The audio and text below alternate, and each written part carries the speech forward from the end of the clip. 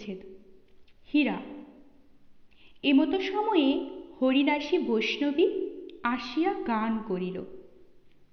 কাঁটা বনে তুলতে গেলাম কলঙ্কের ফুল, গো সখী কাল কলঙ্কের ফুল। মাথায় পরলেম মালা গেঁথে, কানে পরলেম দুল, সখী কলঙ্কেরই ফুল।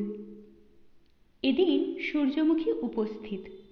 তিনি কমলকে গান শুনিতে ডাকিতে পাঠাইলেন। কমল কুন্দকে সঙ্গে করিয়া গান শুনিতে আসিলেন। বৈষ্ণবী গাহিতে লাগিল। মরি মরব কাঁটা ফুটে, ফুলের মধু খাবো লুটে, খুঁজে বেড়াই কোথায় ফুটে নবীন মুকুল। কমলমণি ভ্রু ভঙ্গি করিয়া বলিলেন, বৈষ্ণবী দিদি, তোমার মুখে ছাই পড়ুক আর তুমি মরো, আর কি গান জানো না? হরিদাসী বলিল, কেন? কমলের আরও রাগ বাড়িল। বলিলেন, কেন? একটা বাবলার ডাল আন্তরে, কাঁটা ফোটা কত সুখ মাগিকে দেখিয়ে দি। সূর্যমুখী মৃদুভাবে হরিদাসীকে বলিলেন, ওসব গান আমাদের ভালো লাগে না, গৃহস্থ বাড়ি ভালো গান গাও। হরিদাসী বলিল, আচ্ছা, বলিয়া গাহিতে আরম্ভ করিল। স্মৃতিশাস্ত্র পূর্ব আমি ভট্টাচার্যের পায়ে ধরে ধম্মা ধর্ম শিখে নিব, কোন বেটি বা নিন্দা করে। কমল ভ্রুকুটি করিয়া বলিলেন, গিন্নিমশায়, তোমার প্রবৃত্তি হয়, তোমার বৈষ্ণবীর গান তুমিই শুনো, আমি চলিলাম। এই বলিয়া কমল চলিয়া গেলেন। সূর্যমুখীও মুখ অপ্রসন্ন করিয়া উঠিয়া গেলেন। আর স্ত্রীলোকেরা আপন আপন প্রবৃত্তি মতো কেহ উঠিয়া গেল, কেহ রহিল। কুন্দনন্দিনী রহিল। তাহার কারণ, কুন্দনন্দিনী গানের মর্ম কিছুই বুঝিতে পারে নাই, বড় শুনেও নাই, অন্য মনে ছিল। এই জন্য যেখানকার সেখানেই রহিল। হরিদাসী তখন আর গান করিল না, এদিক সেদিক বাজে কথা আরম্ভ করিল। গান আর হইল না দেখিয়া আর সকলে উঠিয়া গেল। কুন্দ কেবল উঠিল না, চরণে তাহার গতিশক্তি ছিল কিনা সন্দেহ। তখন কুন্দকে বিরলে পাইয়া হরিদাসী তাহাকে অনেক কথা বলিল। কুন্দ কতক বা শুনিল, কতক বা শুনিল না। সূর্যমুখী ইহা সকলই দূর হইতে দেখিতেছিলেন। যখন উভয়ে গাঢ় মনঃসংযোগের সহিত কথাবার্তা হওয়ার চিহ্ন দেখিলেন, তখন সূর্যমুখী কমলকে ডাকিয়া দেখাইলেন। কমল বলিল, কি তা? কথা কহিতেছে কহুক না, মেয়ে বই তো আর পুরুষ না। মেয়ে কি পুরুষ, তা ঠিক কি? কমল বিস্মিত হইয়া বলিলেন, সে কি? সূর্য, আমার বোধ হয় কোনো ছদ্মবেশী পুরুষ, তাহা এখনই জানিব, কিন্তু কুন্দ কি পাপিষ্ঠা? রোসো, আমি একটা বাবলার ডাল আনি, মিনসেকে কাঁটা ফোটার সুখ তো দেখাই। এই বলিয়া কমল বাবলার ডালের সন্ধানে গেলেন।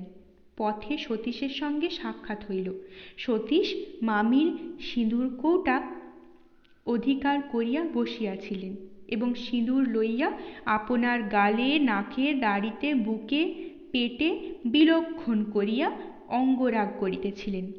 দেখিয়া কমল, বৈষ্ণবী, বাবলার ডাল, কুন্দনন্দিনী প্রভৃতি সব ভুলিয়া গেলেন। তখন সূর্যমুখী হীরা দাসীকে ডাকাইলেন। হীরার নাম একবার উল্লেখ হইয়াছে, তাহাতে কিছু বিশেষ পরিচয় আবশ্যক। নগেন্দ্র এবং তাহার পিতার বিশেষ যত্ন ছিল যে গৃহের পরিচারিকারা বিশেষ সৎ স্বভাব বিশিষ্টা হয়। এই অভিপ্রায়ে উভয়েই পর্যাপ্ত বেতনদান স্বীকার করিয়া একটু ভদ্র ঘরের স্ত্রীলোকগণকে দাসিত্বে নিযুক্ত করিয়া চেষ্টা পাইতেন। তাহাদিগের গৃহে পরিচারিকা সুখে ও সম্মানে থাকিত। সুতরাং অনেক দারিদ্র্যগ্রস্ত ভদ্রলোকের কন্যারা তাহাদের দাসীবৃত্তি স্বীকার করিত। এই প্রকার যাহারা ছিল তাহাদের মধ্যে হীরা প্রধানা। অনেকগুলি পরিচারিকা কায়স্থ কন্যা, হীরাও কায়স্থ। নগেন্দ্রের পিতা হীরার মাতামহীকে গ্রামান্তর হইতে আনয়ন করেন। প্রথমে তাহার মাতামহী পরিচর্যার নিযুক্ত ছিল। হীরা তখন বালিকা, মাতামহীর সঙ্গে আসিয়াছিল। পরে হীরা সামর্থ্য হইলে প্রাচীনা দাসবৃত্তির ত্যাগ করিয়া আপন সঞ্চিত ধনে একটি সামান্য গৃহ নির্মাণ করিয়া গোবিন্দপুরে বাস করিল। হীরা দত্তগৃহে চাকরি করিতে প্রবৃত্ত হইল। এক্ষণে হীরার বয়স ২০ বৎসর। বয়সে সে প্রায় অন্যান্য দাসীগণ অপেক্ষা কনিষ্ঠা। তাহার বুদ্ধির প্রভাবে এবং চরিত্রগুণে যে দাসী মধ্যে শ্রেষ্ঠ বলিয়া গণিত হইয়াছিল। হীরা বাল্য বিধবা বলিয়া গোবিন্দপুরে পরিচিতা।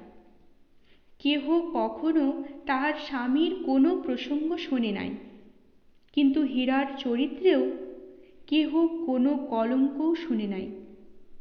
তবে হীরা অত্যন্ত মুখরা, সধবার ন্যায় বেশ বিন্যাস করিত এবং বেশ বিন্যাসে বিশেষ প্রীতা ছিল। হীরা আবার সুন্দরী, উজ্জ্বল শ্যামাঙ্গী, পদ্ম পলাশলোচনা, দেখিতে খর্বাকৃতা, মুখখানি যেন মেঘ ঢাকা চাঁদ, চুলগুলি যেন সাপ ফণা ধরিয়া ঝুলিয়া রহিয়াছে। হীরা আড়ালে বসে গান করে, দাসীতে দাসীতে ঝগড়া বাঁধাইয়া তামাশা দেখে, পাচিকাকে অন্ধকারে ভয় দেখায়, ছেলেদের বিবাহের আবদার করিতে শিখাইয়া দেয়। কাহাকে নিদ্রিত দেখিলে চূর্ণ কালি দিয়া সং সাজায়। কিন্তু হীরার অনেক দোষ, তাহা ক্রমে জানা যাইবে।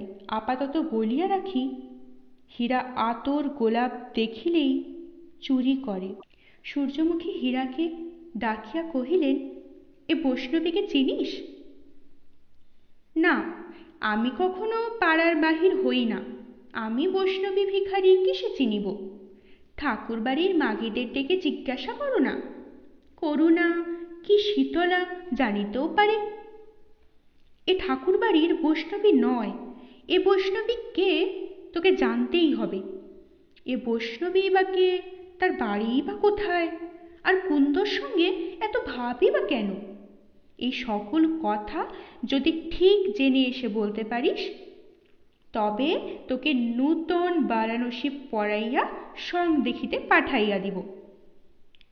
নূতন বারাণসীর কথা শুনিয়া হীরার 5 হাত বুক হইল।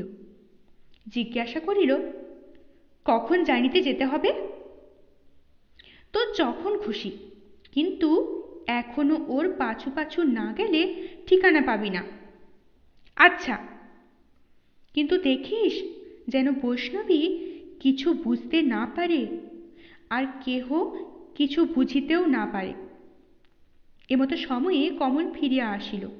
সূর্যমুখী তাহাকে পরামর্শের কথা সব বলিলেন। শুনিয়া কমল খুশি হইলেন। হীরাকে বলিলেন, আর পারিস তো মাগীকে 2টো বাবলার কাঁটা ফুটিয়ে দিয়ে আসিস। হীরা বলিল, সব পারিব, কিন্তু শুধু বারাণসী নিব না। কি নিবি? কমল বলিল, ও একটি বর চায়, ওর একটি বিয়ে দাও। সূর্যমুখী বলিল, আচ্ছা তাই হবে। জামাইবাবুকে মনে ধরে? বল তাহলে, কমল সম্বন্ধ করে। হীরা, তবে দেখব, কিন্তু আমার মনের মতো ঘরে একটি বর আছে। কে এলো? যম। ষোড়শ পরিচ্ছেদ। না, সেই দিন প্রদোষকালে উদ্যান মধ্যস্থ বাপি তটে বসিয়া কুন্দনন্দিনী। এই দীর্ঘিকা অতি সুবিস্তৃতা, তাহার জল অতি পরিষ্কার এবং সর্বদা নীলপ্রভ। পাঠকের স্মরণ থাকিতে পারে এই পুষ্করিণীর পশ্চাতে পুষ্পোদ্যান। পুষ্পোদ্যান মধ্যে এক সের প্রস্তর রচিত লতা মণ্ডপ ছিল। সেই লতা মণ্ডপের সম্মুখেই পুষ্করিণীতে অবতরণ করিবার সোপান। সোপান প্রস্তরবৎ ইষ্টকে নির্মিত, অতি প্রশস্ত এবং পরিষ্কার। তাহার দুই ধারে দুইটি বহুকালের বড় বকুল গাছ।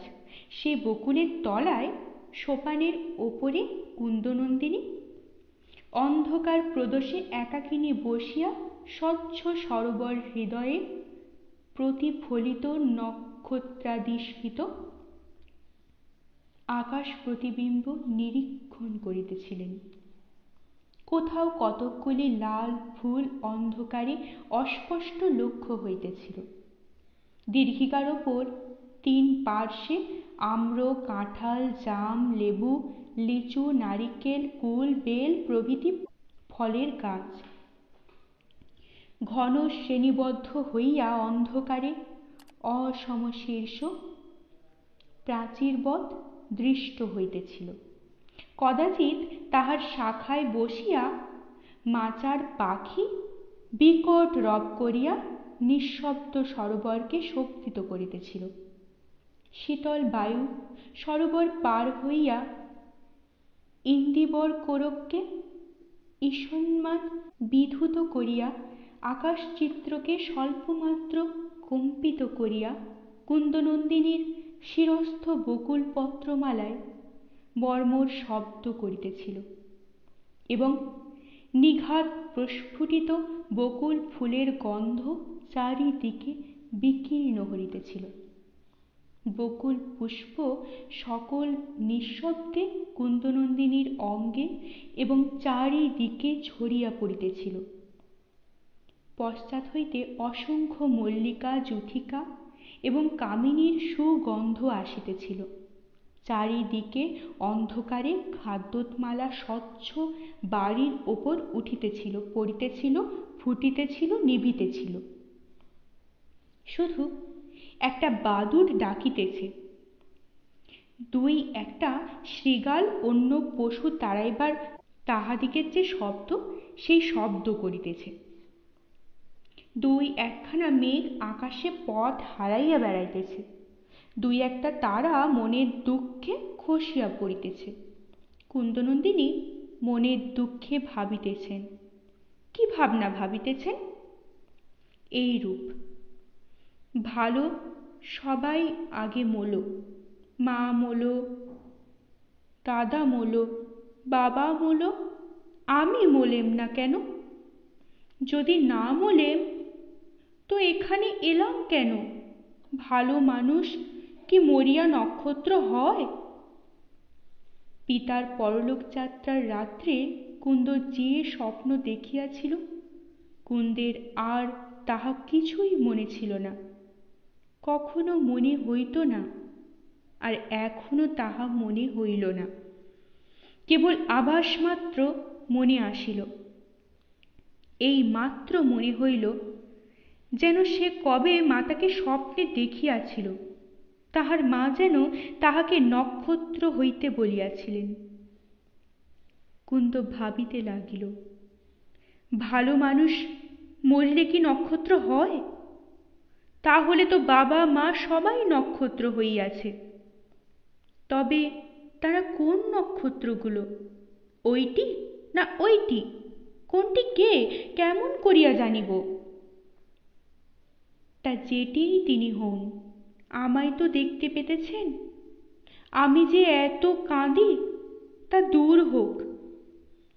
ও আর ভাবি না, বড় কান্না পায়। কেঁদে কি হবে? আমার তো কপালে কান্নাই আছে, নহিলে মা আবার ওই কথা। দূর হোক, ভালো মরিলে হয় না? কেমন করিয়া? জলে ডুবিয়া? বেশ তো, মরিলে নক্ষত্র হব।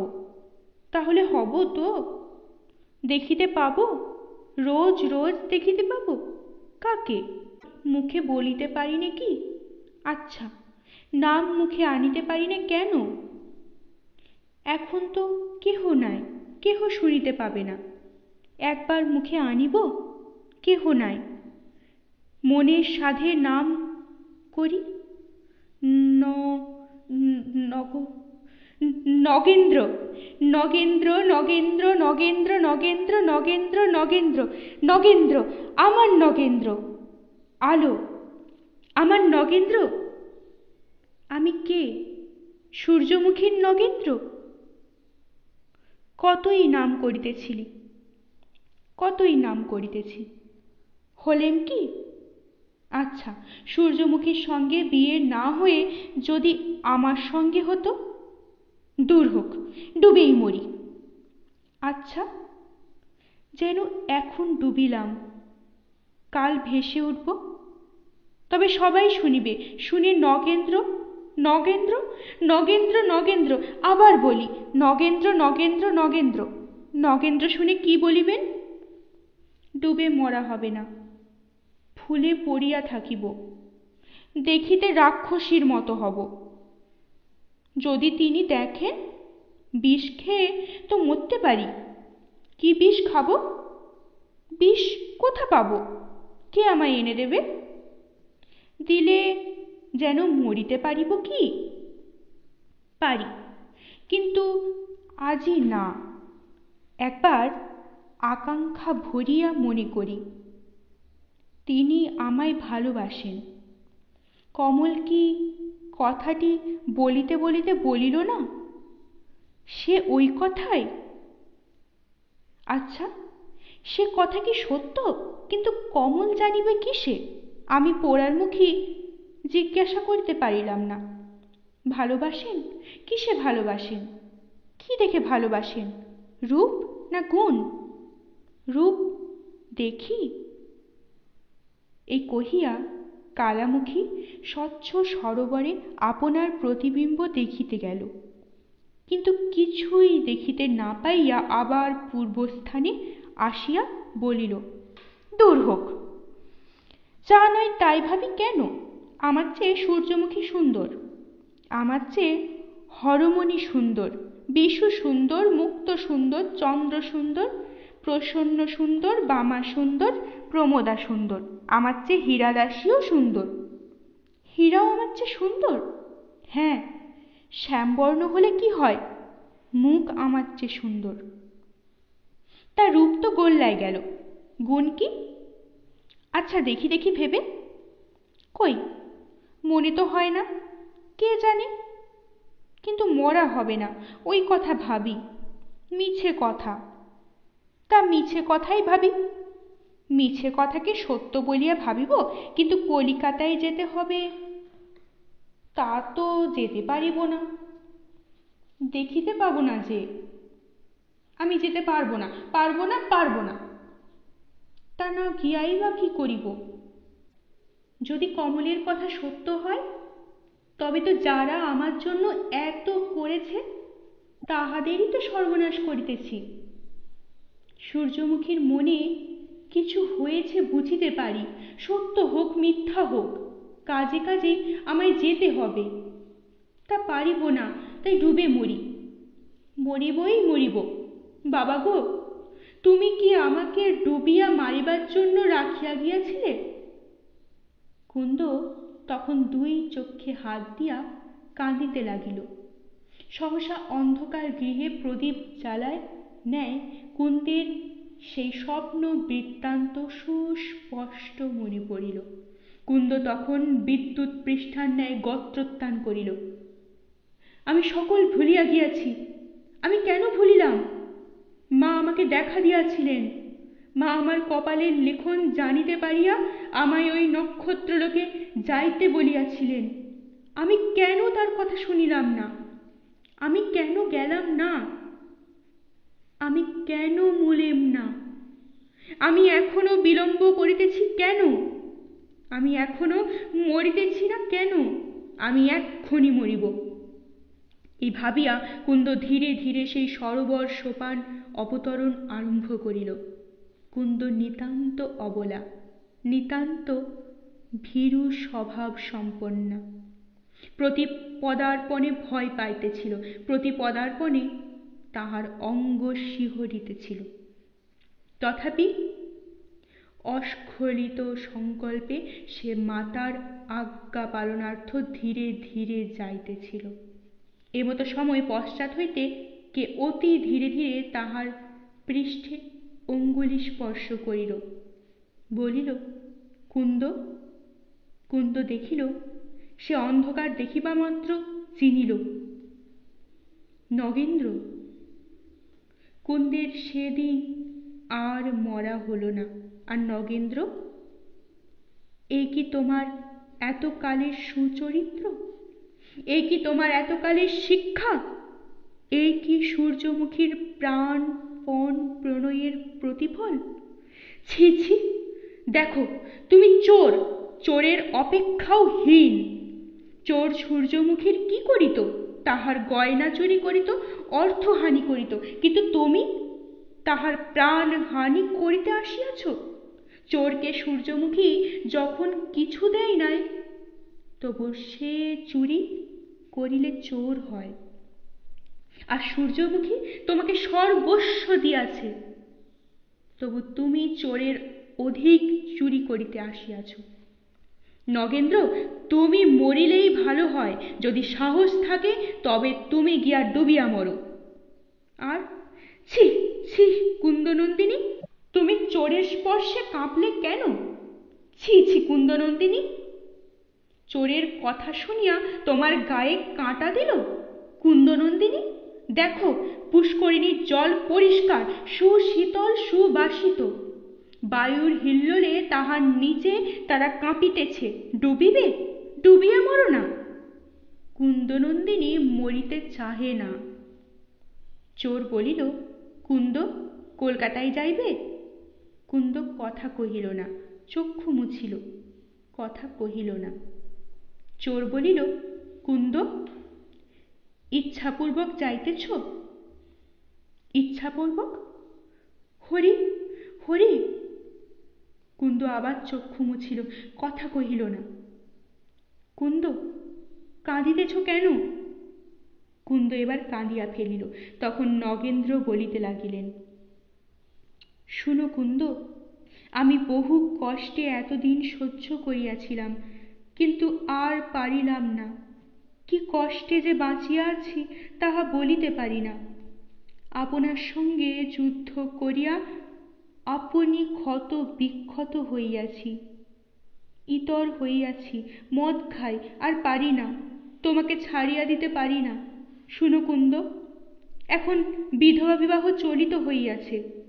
আমি তোমাকে বিবাহ করিব, তুমি বলিলেই বিবাহ করিব। কুন্দ এবার কথা কহিল, বলিল, না। আবার নগেন্দ্র বলিলেন, কেন কুন্দ, বিধবার বিবাহ কি অশাস্ত্র? কুন্দ আবার বলিল, না। নগেন্দ্র বলিল, তবে না হয় বলো বলো বলো, আমার গৃহিণী হইবে কিনা? আমায় ভালোবাসিবে কিনা? কুন্দ বলিল, না। তখন নগেন্দ্র যেন সহস্র মুখে অপরিমিত প্রেম পরিপূর্ণ মর্মভেদী কথা বলিলেন। কুন্দ বলিল, না।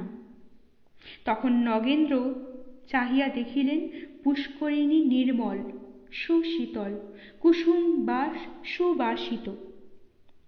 পবন হিল্লোলে তন্মধ্যে তারা কাঁপিতেছে। ভাবিলেন, উহার মধ্যে শয়ন কেমন?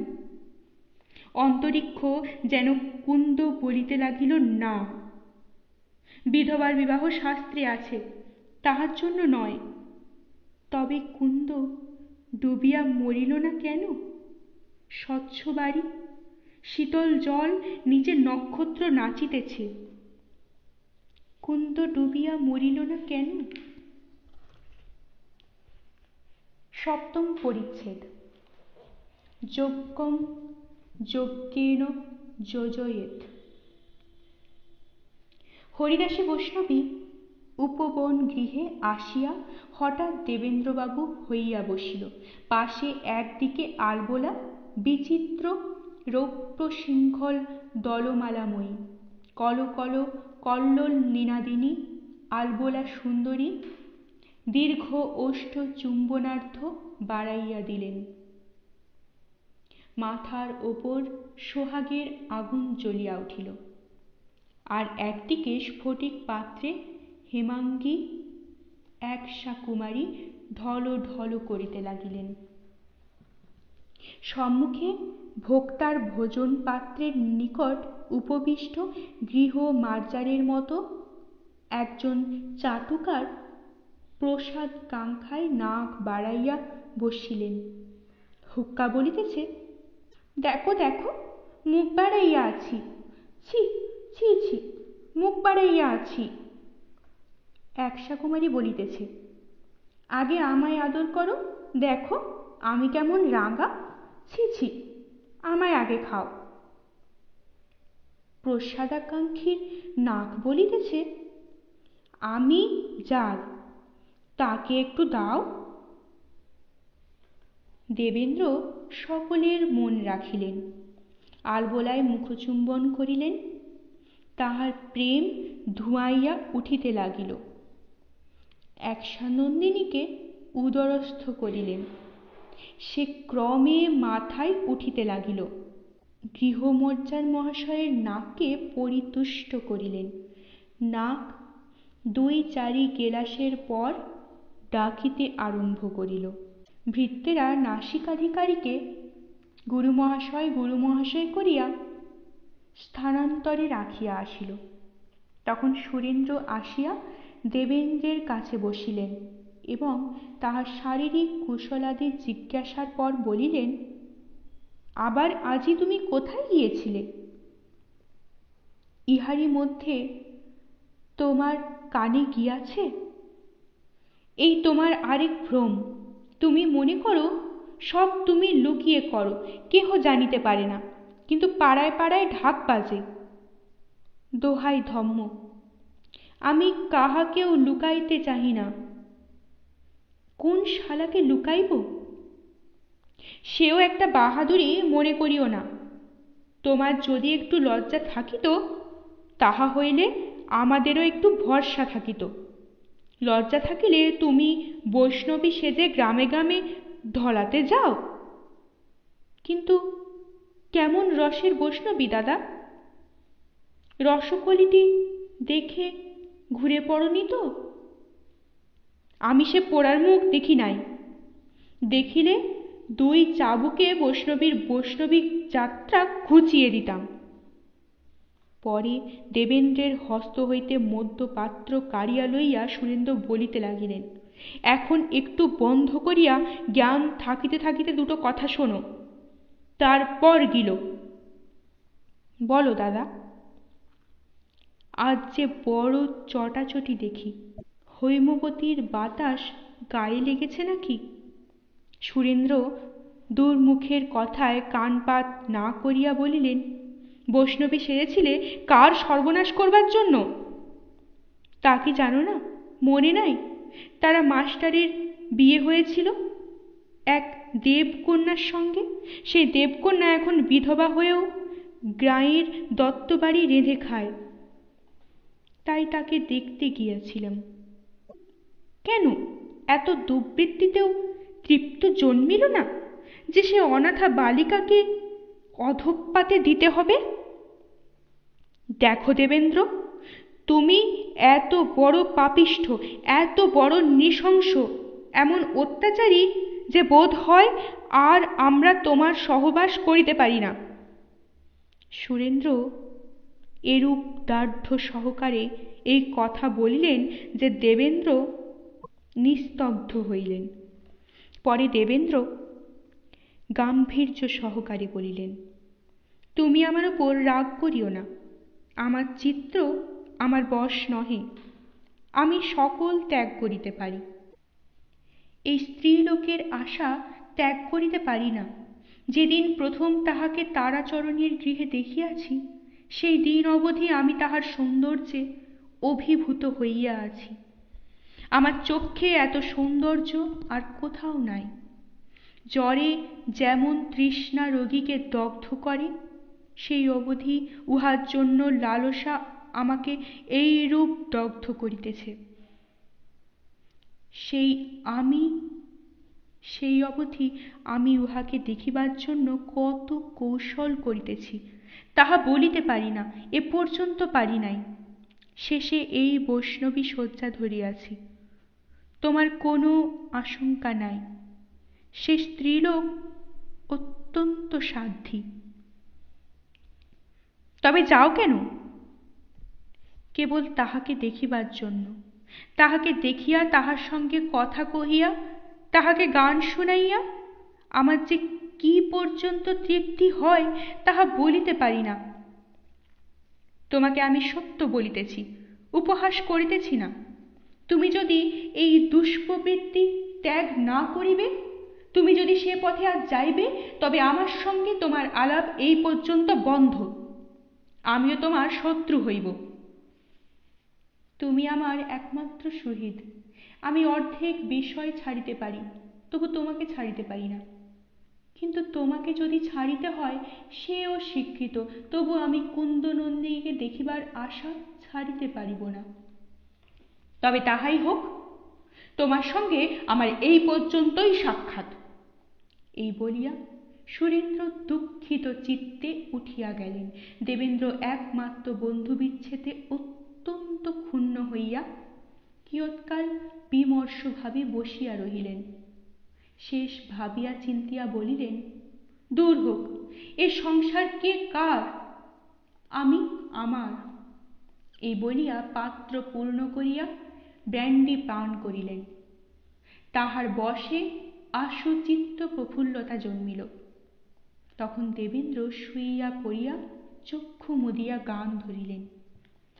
আমার নাম হীরামালিনী, আমি থাকি রাধার কুঞ্জে, কুবজা আমার ননদিনী। রাবণ বলে চন্দ্রাবলী, তুমি আমার কমল কলি। শুনে কিচক মেরে কৃষ্ণ উদ্ধারিল যাজ্ঞসেন। তখন পারিষদরা সকলে উঠিয়া গিয়াছিল। দেবেন্দ্র নৌকাশূন্য নদীর বক্ষস্থিত ভেলার ন্যায় একা বসিয়া রসের তরঙ্গে হাবুডুবু খাইতেছিল। রোগ রূপ তিমি মকরাদি এখন জলের ভিতর লুকাইয়াছিল। এখন কেবল মন্দ পবন আর চাঁদের আলো। এমন সময়ে জানলার দিকে কি একটা খড়খড় শব্দ হইল। কে যেন খড়খড়ি তুলিয়া দেখিতেছিল, হঠাৎ পেলিয়া দিল। দেবেন্দ্র বোধ হয় মনে মনে কাহারও প্রতীক্ষা করিতেছিলেন। বলিলেন, কে খড়খড়ি চুরি করে? কোনো উত্তর না পাইয়া জানলার গিয়া দেখিতে পাইলেন একজন স্ত্রীলোক পলায়। স্ত্রীলোক পলায় দেখিয়া দেবেন্দ্র জানলা খুলিয়া লাফাইয়া পড়িয়া তাহার পশ্চাৎ পশ্চাৎ টলিতে টলিতে ছুটিলেন। স্ত্রীলোক অনায়াসে পলাইতে পলাইতে পারিত, কিন্তু ইচ্ছাপূর্বক পলাইল না, কি অন্ধকারে ফুলবাগানের মাঝে পথ হারাইল তাহা বলা যায় না। দেবেন্দ্র তাহাকে ধরিয়া অন্ধকারে তাহার মুখ পানে চাহিয়া চিনিতে পারিলেন না। চুপি চুপি মদের ঝোঁকে বলিলেন, বাবা, কোন গাছ থেকে? পরে তাহাকে ঘরের ভেতর টানিয়া আনিয়া একবার একদিকে আর একবার একদিকে আলো ধরিয়া দেখিয়া সেই রূপস্বরে বলিলেন, তুমি কাদের পেতনি গা? শেষে কিছু স্থির করিতে না পারিয়া বলিলেন, পারলেন না বাপ, আজ ফিরে যাও, অমাবস্যায় লুচি পাঁঠা দিয়ে পুজো দেব, আজ একটু কেবল ব্র্যান্ডি খেয়ে যাও। এই বলিয়া মদ্যপ স্ত্রীলোকটিকে বৈঠকখানায় বসাইয়া মদের গেলাস তাহার হাতে দিল। স্ত্রীলোকটি তাহা গ্রহণ না করিয়া নামাইয়া রাখিল। তখন মাতাল আলোটা স্ত্রীলোকের মুখের কাছে লইয়া গেল। এদিক ওদিক চারদিক আলোটা ফিরাইয়া ফিরাইয়া গম্ভীরভাবে তাহাকে নিরীক্ষণ করিয়া শেষে হঠাৎ আলোটা ফেলিয়া দিয়া গান ধরিল। তুমি কে বটে হে? তোমায় চেনো চেনো করি, কোথাও দেখেছি হে। তখন সে স্ত্রীলোক ধরা পড়িয়াছি ভাবিয়া বলিল, আমি হীরা। হুররা, 3 cheers ফর হীরা বলিয়া মাতাল লাফাইয়া উঠিল। তখন আবার ভূমিষ্ঠ হইয়া হীরাকে প্রণাম করিয়া গ্লাস হস্তে স্তব করিতে আরম্ভ করিল। নমস্তস্যৈ নমস্তস্যৈ নমস্তস্যৈ নমো নমঃ। যা দেবী বটবৃক্ষেষু ছায়ারূপেণ সংস্থিতা, নমস্তস্যৈ নমস্তস্যৈ নমস্তস্যৈ নমো নমঃ। যা দেবী দত্তগৃহেষু হীরারূপেণ সংস্থিতা, নমস্তস্যৈ নমস্তস্যৈ নমস্তস্যৈ নমো নমঃ। যা দেবী পুকুর ঘাটেষু চুপ্রিহস্থেন সংস্থিতা, নমস্তস্যৈ নমস্তস্যৈ নমস্তস্যৈ নমো নমঃ।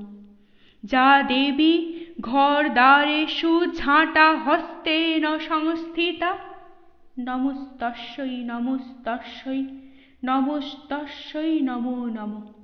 যা দেবী মম গৃহেষু পেত্নীরূপেণ সংস্থিতা, নমস্তস্যৈ নমস্তস্যৈ নমস্তস্যৈ নমো নমঃ। তারপর মালিনী মাসি কি মনে করে? হীরা ইতিপূর্বে বৈষ্ণবীর সঙ্গে সঙ্গে আসিয়া দিন মানে জানিয়া গিয়াছিল যে হরিদাসী, বৈষ্ণবী এবং দেবেন্দ্রবাবু একই ব্যক্তি। কিন্তু কেন দেবেন্দ্র বৈষ্ণবী বেশে দত্তগৃহে যাতায়াত করিতেছে সে কথা জানা সহজ নহে। হীরা মনে মনে অত্যন্ত দুঃসাহসিক সংকল্প করিয়া এই সময়ে স্বয়ং দেবেন্দ্রের গৃহে আসিল। সে গোপনে উদ্যান মধ্যে প্রবেশ করিয়া জানালার কাছে দাঁড়াইয়া দেবেন্দ্রের কথাবার্তা শুনিয়াছিল। সুরেন্দ্রের সঙ্গে দেবেন্দ্রের কথোপকথন অন্তরাল হইতে শুনিয়া হীরা সিদ্ধ মনস্কাম হইয়া ফিরিয়া যাইতেছিল। যাইবার সময় অসাবধানে খড়খড়ি ফেলিয়া দিয়াছিল, ইহাতেই গোল বাঁধিল। এখন হীরা পালাইবার জন্য ব্যস্ত। দেবেন্দ্র তাহার হাতে আবার মদের গ্লাস দিল। হীরা বলিল, আপনি খান। বলিবা মাত্র দেবেন্দ্র তাহার গলাধঃকরণ করিলেন। সেই গেলাস দেবেন্দ্রের পূর্ণ মাত্রা হইল। 2 একবার ঢুলিয়া দেবেন্দ্র শুইয়া পড়িলেন। হীরা তখন উঠিয়া পলাইল। দেবেন্দ্র তখন ঝিমকিনি মারিয়া গাহিতে লাগিল। বয়স তাহার বছর 16, দেখিতে শুনিতে কালো কোলো, পিলে অগ্রমাসে মোলো, আমি তখন খানায় পড়ে। সে রাত্রে হীরা আর দত্ত বাড়িতে গেল না, আপন গৃহে গিয়া শয়ন করিয়া রহিল। পরদিন প্রাতে গিয়া সূর্যমুখীর নিকট দেবেন্দ্রের সংবাদ দিল। দেবেন্দ্র কুন্দর জন্য বৈষ্ণবী সাজিয়া যাতায়াত করে। কুন্দ্র যে নির্দোষী তাহা হীরাও বলিল না, সূর্যমুখীও বুঝিলেন না। হীরা কেন সে কথা লুকাইল পাঠক তাহা ক্রমে বুঝিতে পারিবেন।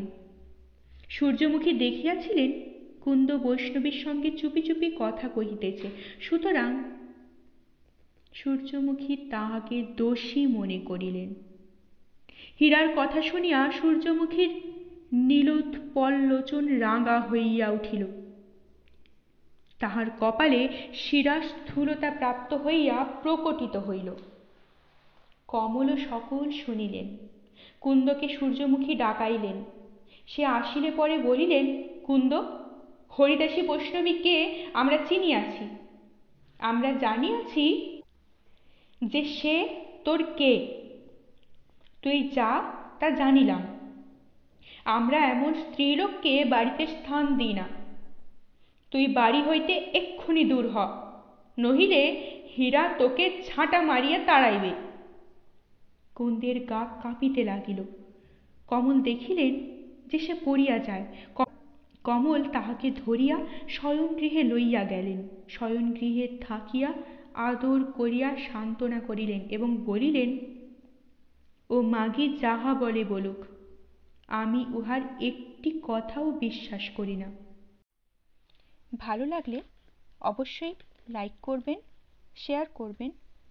পরবর্তী পর্বে চোখ রাখতে চ্যানেলটিকে অবশ্যই সাবস্ক্রাইব করবেন ও প্রতিটি পর্ব মিস না করার জন্য বেল আইকনটি প্রেস করবেন। আপনাদের অভিমত কমেন্ট বক্সে অবশ্যই জানাবেন। অনেক ধন্যবাদ। নমস্কার।